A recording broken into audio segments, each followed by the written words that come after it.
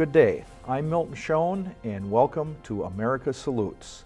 Today we have a very special program on the Armistice Day commemoration, and we have Mr. Shane Higgins from Brits Pub, and where the event will be held, and Mr. Thomas Levy, who has been the driving force behind the commemoration of Veterans Day. And Thomas, first off, this is the 100th anniversary of World War I? For Britain, Canada, Germany, Austria, France, yes. The United States didn't enter until April 1917, of course. But it's a special time because it's 100 years and... Yes, the centenarian observance. And we are proud in our city that we have the longest World War I memorial in the United States, yes, if not the world, Victory Memorial Drive. And at the conclusion of that war, they planted an elm tree for each of the about 570 Hennepin County veterans who died in World War I, and I think it's important that we remember. Mm-hmm. So Shane, why don't you tell us a little bit about your background, because I suspect you came to America, and you've got some roots that go back to the Allies. Yeah, as you can probably tell, I'm from England, the northwest of England, a county called Lancashire. Studied history at Lancaster University, went on to work in the gaming industry with Rank Organisation. My brother had come to America in the late 80s, early 90s, and ended up in Minnesota and became involved with Brits Pub downtown Minneapolis, and hence that's the connection. I came over in 2001 and been general manager at the restaurant since then. Very good. Well, we're very happy that this event takes place at Brits Pub. You have a very great meeting room there, and it's an exceptional event. And Thomas, maybe you can tell us a little bit about the international nature of this event, because as I understand it, we have some of the councils involved, the consulates that are involved in this event? Yes, Milton. The Canadian Consul General, Mr. Jean-Gilles Merchant, is a very hearty supporter of the event. The German Deputy Consul, Mrs. Krista Hudson, who represents the German Federal Republic, has been involved for the past several years.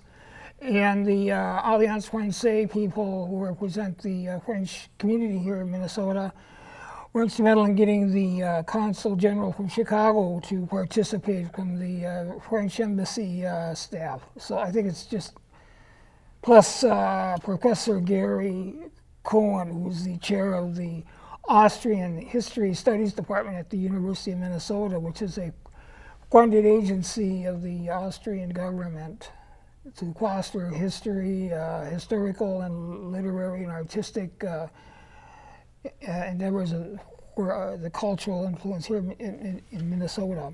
So truly, getting to your question, yes, it's really international, I feel. And as I understand it, you are going to have the presentation of the colors of the countries, and you will have some people in uniform?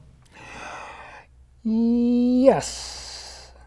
Yes, the sojourners, who, as you're aware of, are a group of retired Navy leaguers who come in uniforms the Revolutionary War period, and then, from what I understand, the staff at the Minnesota Historical Society and the Old Fort Snelling curating department are going to come with doughboy uniforms, or uniforms of the period, from what I understand. So I suspect it's going to be quite historical and ambiance of the past. So very good. And Shane, there's a particular portion of the British culture that comes along with the bagpiper. Mm-hmm. Yeah, the bagpiper. We have every year, and it goes down really well. It basically starts and finishes the programme. So the piper comes in, followed by the colour guard, onto the national anthems, and the event takes over from there. And then at the end, it's very poignant. We finish with Amazing Grace, and that really finishes the event on a poignant note. Very beautiful, and with the bagpipes, it's even Very dignified. Yeah. There is a quality about it Yeah. that you have to see it to understand it. The bagpiper is called James Sherman. He's just a tremendous piper, great talent. So it's an honour to get James back again, and he'll certainly be here for the event. It's a very special event, and we have a number of veterans events that take place on Veterans Day, which is the day that this event will take place, November 11th. And Shane, what time do your doors open for this event? Yeah, the doors open at 6 o'clock, and the event will start at 7.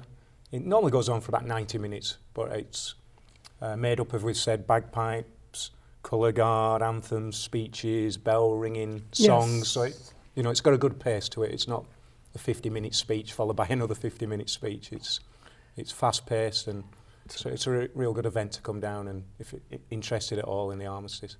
And you learn some things, and there are things from poems like Flanders Field and other things that bring you back to that moment in time. Yeah, and over the years, we did it because Tom had the idea of, the British and American special relationship, commemorating armistice. The first time we did it was 2008, so it was 90 years since the actual armistice in 1918.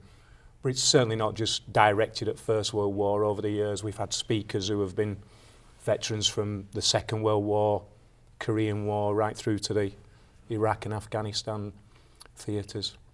Right. In readings of literary works, this is one of the things that the British from World War I, people like Geoffrey Sassoon, or Wilson, who were highly acclaimed. They were suffered from shell shock during the First World War, but to be literary with their poetry. We tried to foster that.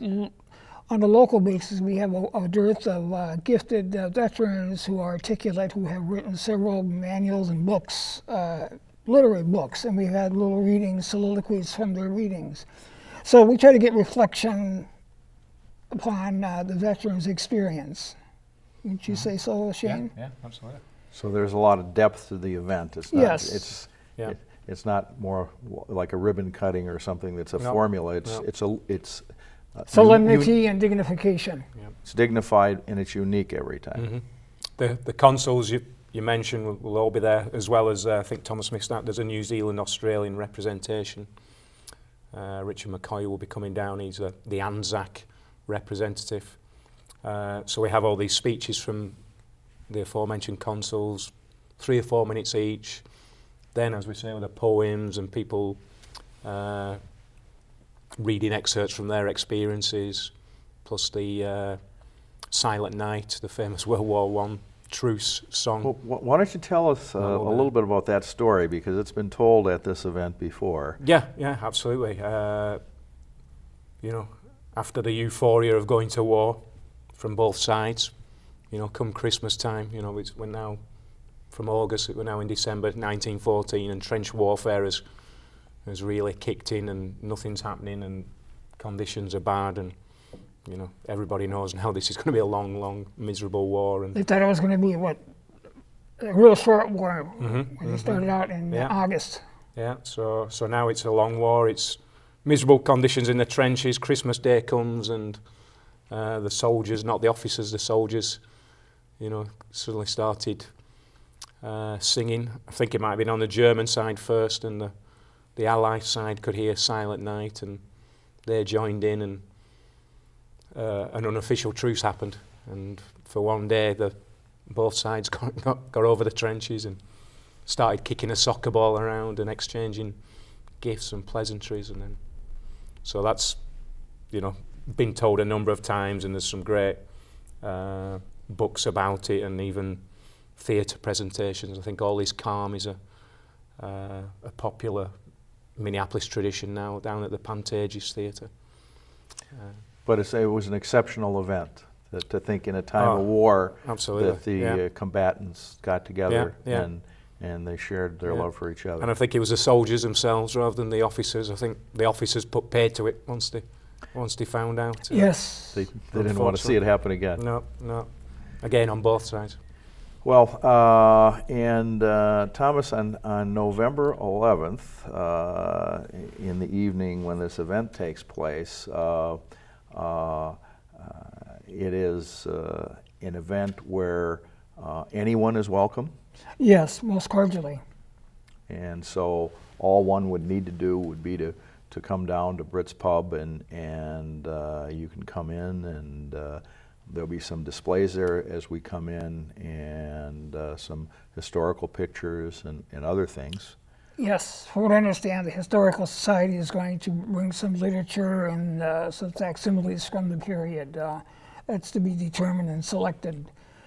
So it's going to be quite an array of historical, memorabilia, and I think just the camaraderie. Some of the veterans that are there, the Veterans for Peace group is one of the groups that participates, and they have a following that enjoy the events. So I think it's going to be hopefully enriching for persons, plus an educational point of view, historical. Right. And Shane, last year poppies were given out to the people who participated, and I understand that's going to happen again, and that's an incredible symbol of World War I and of commemoration. Yeah. Well, yeah. I mean, the battlefields in World War I, which were desolated and all turned over, then suddenly, started growing poppies, and Even to the this day, they're all regeneration, and became such a great symbol pretty quickly after the war. And here we are, at least in America, almost 100 years down the road, and the Veterans of Foreign Wars and the American Legion, every Memorial Day, they use that symbol that comes from World War I. Yeah, absolutely. To show solidarity and to commemorate those who came before. And it is a big money raiser back in the UK. The British Legion sell the poppies, and all that money goes to the veterans. Wasn't it General Douglas Haig, who was the founder plus of the poppies back, 1920, somewhere in there? And they raised the money to build the memorial in front of Whitehall, that large, where the Queen presents the cenotaph. Yes. Yeah. Well, in our last half minute, Shane, if you could remind us where Brits Pub is located and the hours for this event. Yeah, absolutely. We're right downtown, across from Orchestra Hall, on Nicollet Mall, 1110 Nicollet Mall. We will open the doors at 6 o'clock on that night, and then the program starts at 7. It's very informal. There's no reservations needed. There'll be drink and food specials, so it's certainly not an expensive night. And I say, just everybody, particularly veterans, are welcome to come, but everybody is certainly welcome Very to good. come. Well, I want to thank you, Thank you, Milton. God bless you for the work that you do here. And Thomas, thank you for all of your efforts over the years to make this event start and to make this an event that our community can participate in. It's truly a collegial effort with Shane. If it wasn't for Shane's family, we wouldn't have it. And for America Salutes, this is Milton Schoen, and thank you for joining us, and we will have another segment here shortly.